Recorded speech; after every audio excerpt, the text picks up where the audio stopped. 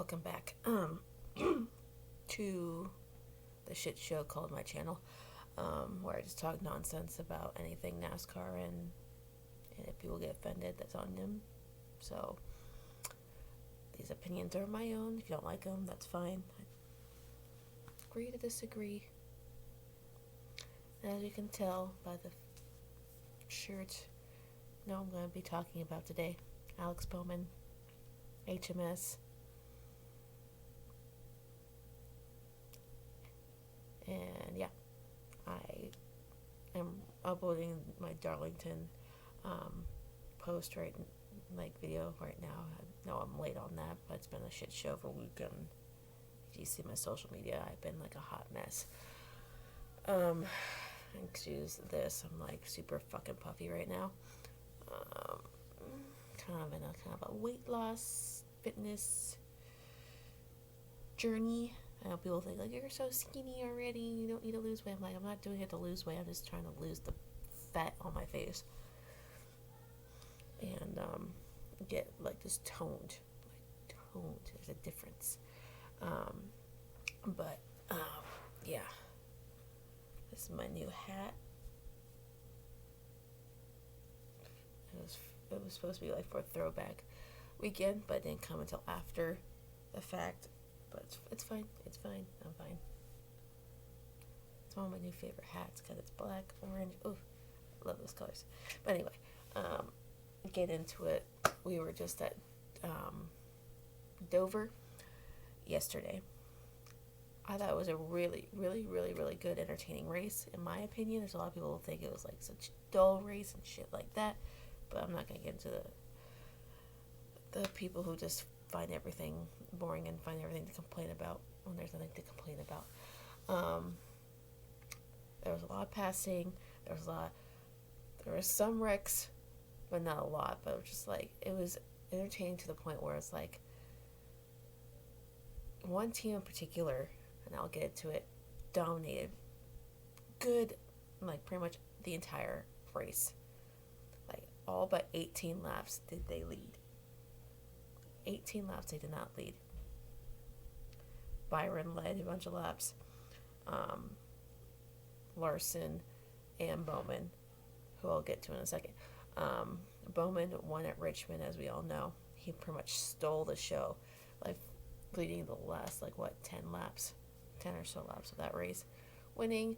Pretty much no one saw that coming, but and since then they kind of had like a rocky road to get back to in the victory lane this past weekend. I just want to get into the fact that people who claim that they just cheat, that like HMN just cheats when they just flat out they destroyed the field yesterday. And when they destroyed, they were in the top 4 for a greater portion of that race. Once Chase actually got up into the top 5, they stayed there. Like the first 4 positions, or first top 5, whatever, they were up there. They were leading laps. They were contending. They were looking good. Larson led like 290 something laps, or 200 something laps, whatever.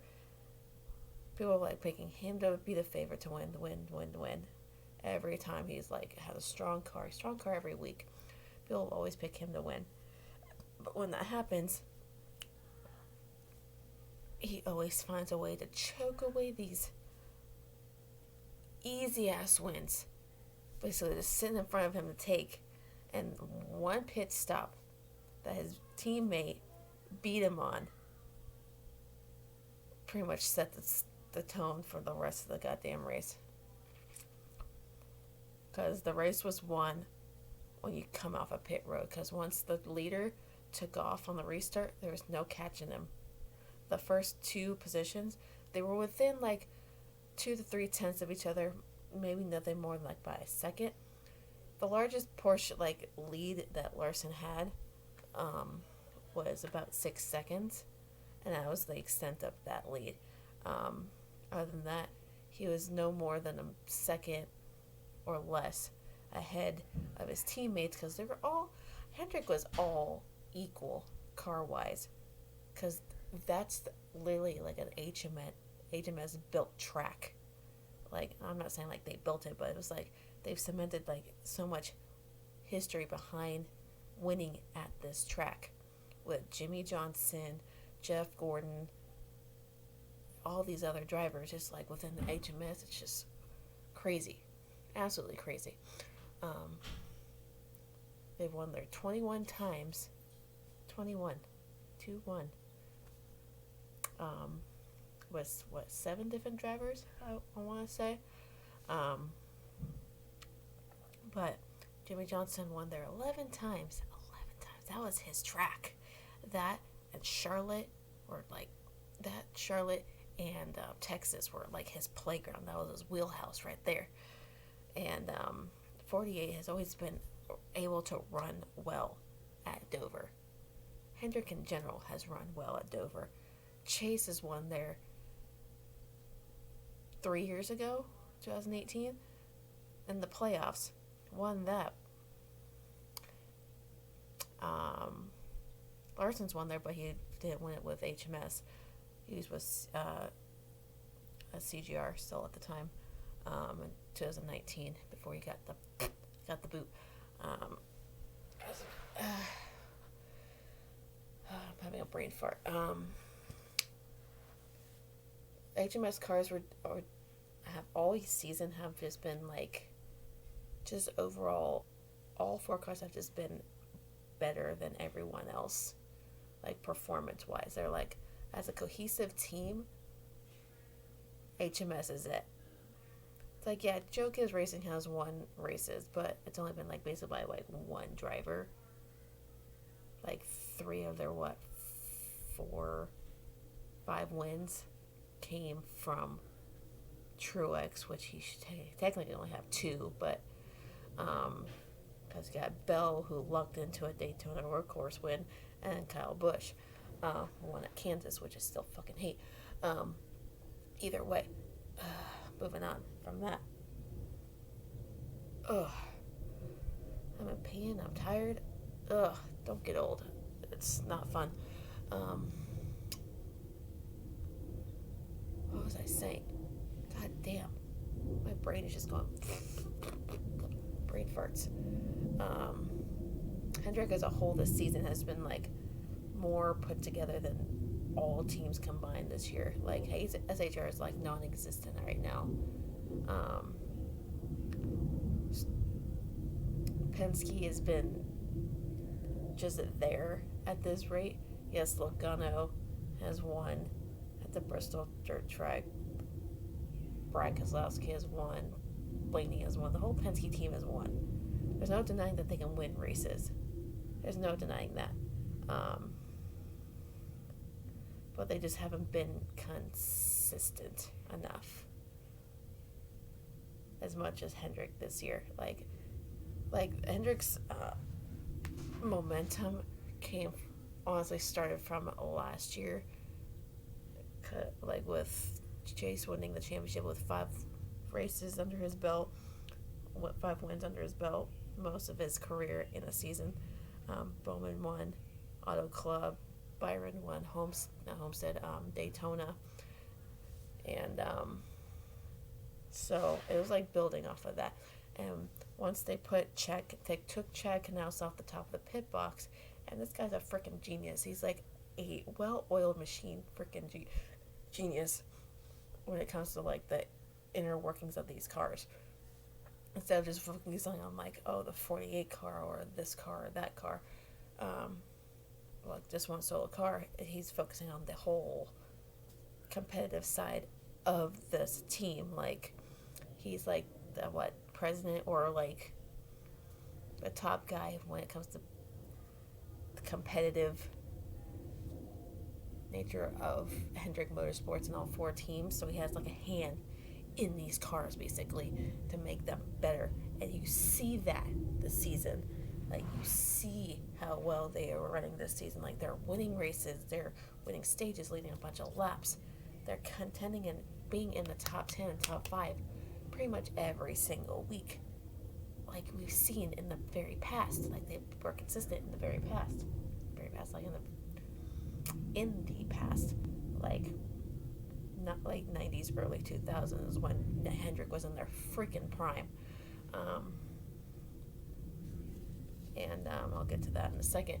But it's like, and the crew chief changes, like with Rudy Fugle coming on board for Byron, which they have had success in the Truck Series. So it's no surprise to me that Byron is doing well with his 11 straight top 10 finishes, and I don't think he gets enough credit for what he's doing at the age he's at. He's like, what, 22, 23 years old? 11 straight top 10 finishes is insane at this level in this day and age of racing. Larson having a good season. He's fast every week. There's no denying that.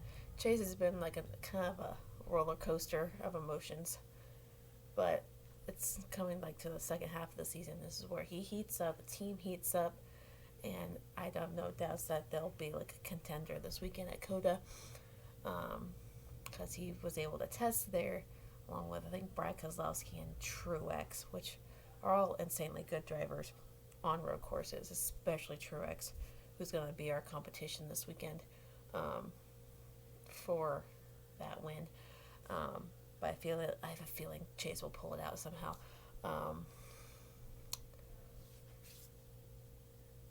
But overall, it's like, and Bowman's just haven't like, it's all over the place for him. He has 3 top 5 finishes, and 2 of those are his wins. It was no surprise that he would get multiple wins, but no one would think he would be the first Hendrick car to get multiple wins, and Chase still have none.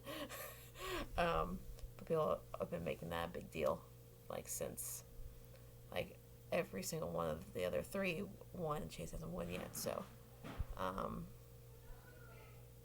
but lose my train of thought because of the noise in the background. But Chase will win. Give it time. He'll be okay. He's starting to find his momentum now. He has 3 straight top 10 finishes. 2 of them were top 5s, starting from Kansas. And yesterday, finishing in the top 3 at Dover, where he's really statistically good at. He only has like, what, 2 or 3 finishes outside the top 10 at Dover within like 10 starts or whatever. Include with his win. He has a win. But that track is like just built for Hendrick. It's just like that's their playground. So whenever we go to Dover, it's just like expect Hendrick to just be dominant there, or just be really, really good. Win or not, they'll be super good there. Like some surprises I saw from that race, like Truex was supposed to be an early favorite to win that race because apparently he's supposed to be good everywhere, just because he's won 3 races this year. But then he started to fade and have issues with his car, like handling wise and shit like that. And Busch was supposed to have like a really good day, because he does well at Dover. He's won at Dover before. Pain, 2017. Pain. But I'm not going to relive that because that was a painful day. He had an engine issue that was like nothing of his doing. Like, it was just, I think it was like they just need a new spark plug or whatever, and they fixed it. They were 7 laps down, but he managed to get a 27th place finish, which is not great, but it's not like terrible.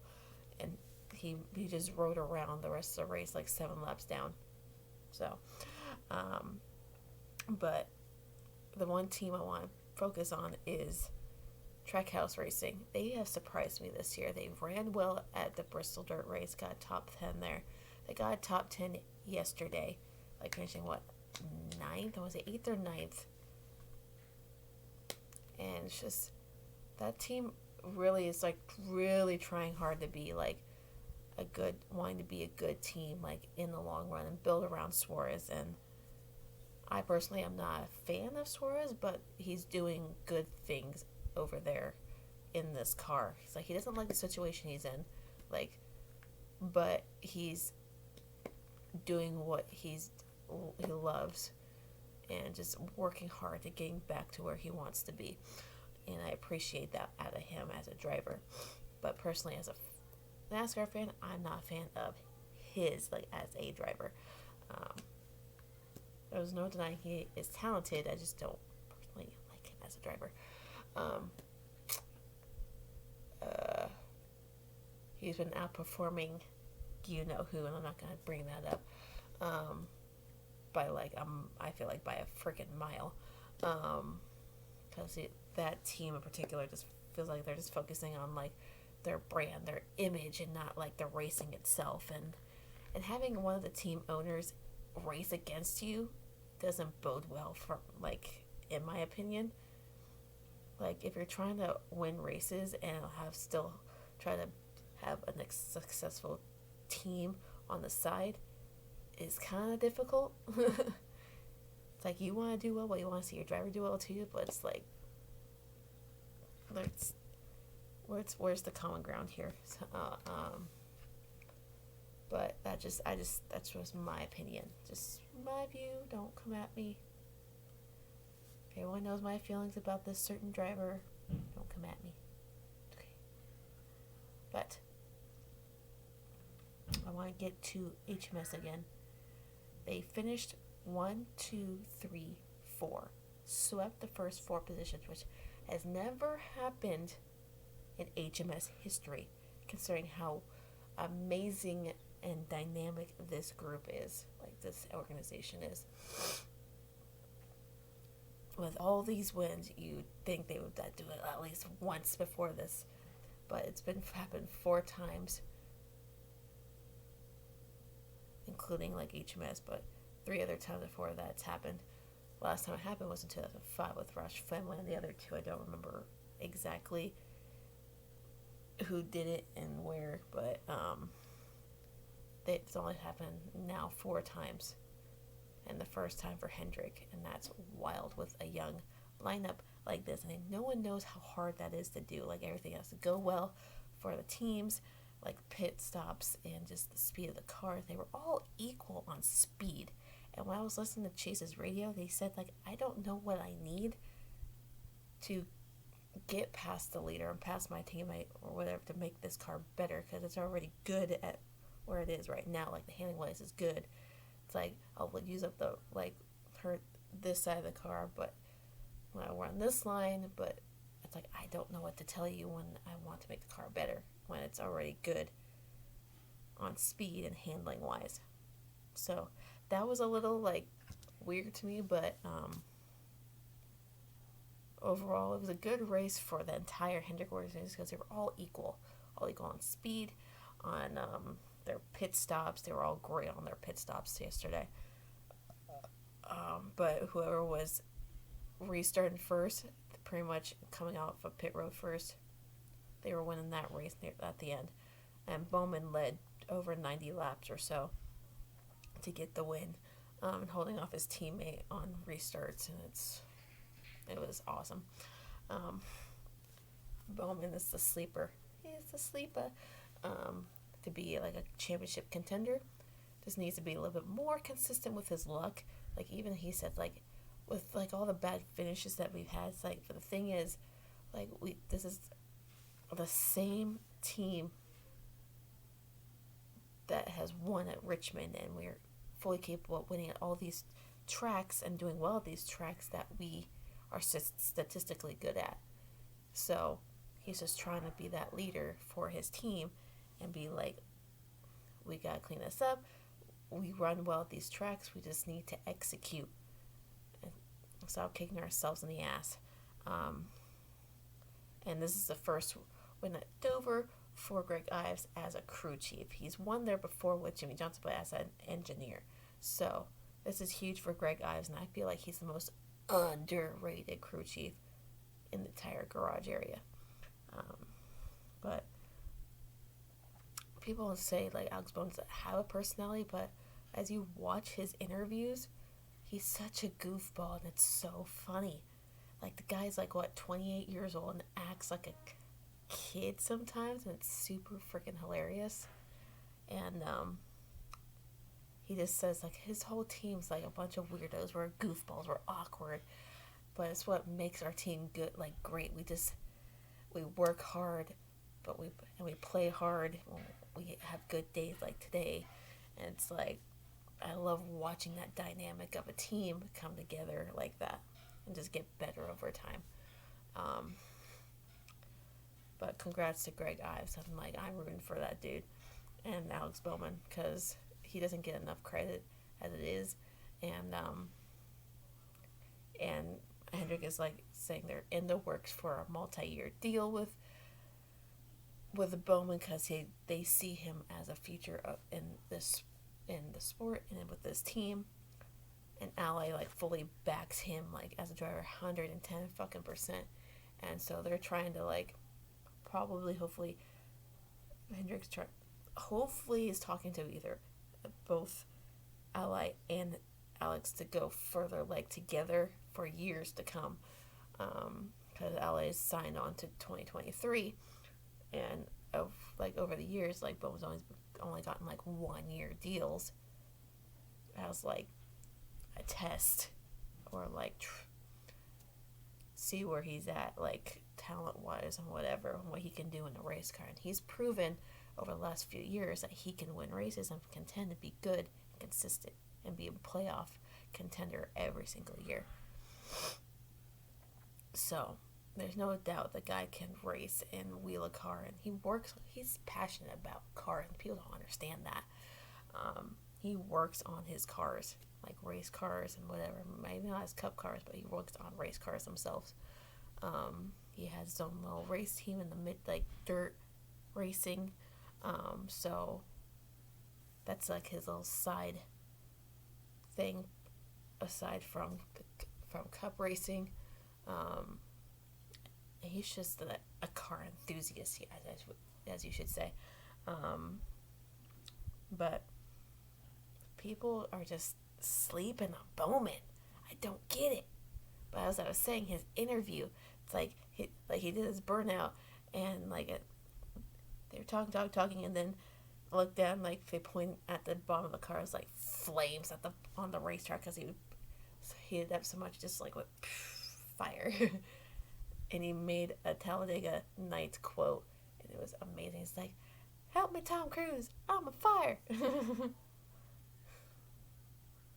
"Help Tom Cruise, I'm on fire." Whatever that like line was, it was so funny, But it was a great day for Hendrick overall, and I feel it was a statement to the field, like, you guys better watch out because we're the real deal this year. So watch out, we're coming for you. And they've like made a certain team like little non-existent, like SHR is like has been struggling hardcore this year. You don't hear much about Cole Custer or Briscoe or Almirola or anything because they're just there and they're not doing much. So it was Dover Xfinity race. I didn't really watch it because one, I was at work, and two, Hendrick won. I don't like the guy at all. He's like a little silver spoon punk ass bitch. Can't stand that guy.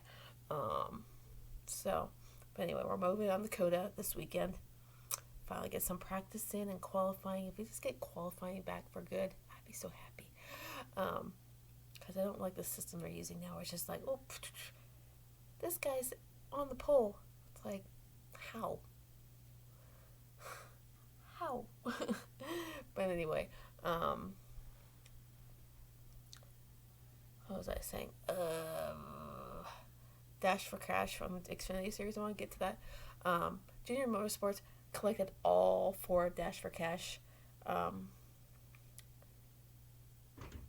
prizes, like all the $100,000 that you could possibly get. Like, Noah got 3 of the 4. And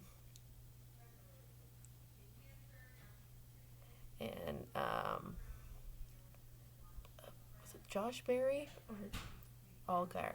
It was either Allgaier or Josh Berry who got the $100,000. I don't remember who it was. I think it was Josh Berry though.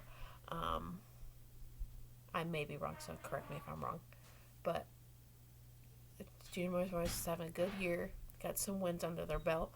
Josh Berry, Allgaier, still waiting on Noah to get in the victory lane, but he's fast every week, so I'm not worried about that.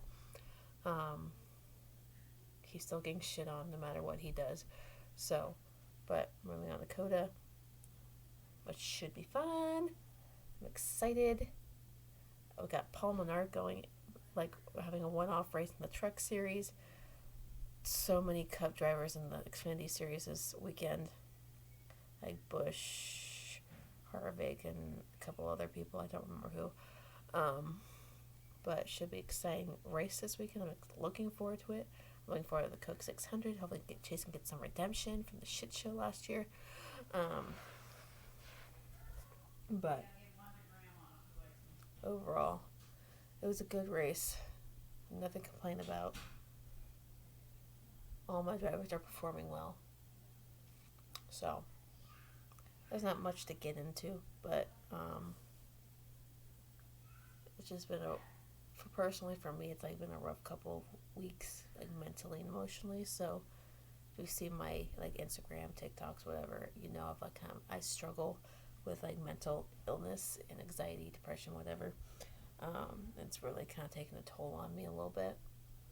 Work's been a little bit stressful on me mentally, because I keep questioning myself and doubting myself, and so, but and I got a crack in my windshield on my truck, so I have to getting it fixed on Friday, right after work, so that's gonna be fun. But I won't look raggedy. I won't look like a homeless person in a truck. The truck needs to be cleaned on the inside out. I won't wash my truck until after I get my windshield fixed. But the inside needs cleaned a lot. So I always tell myself not to get that dirty, but it's just really just needs to be vacuumed out and get some stuff out of the back of my car. So other than that, I hope everyone's gonna have a good week. I've done nothing today. I got nothing done except put my laundry away, which is unfortunate because I wanted to get to the gym, but I woke up this morning and my body was just like, nope, screw you. It's doing it again. I'm gonna go drink some more,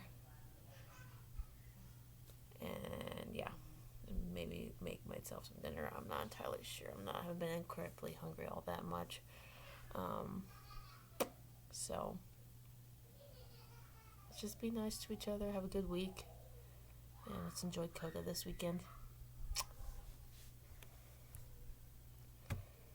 God, I hate all these notifications on my freaking computer.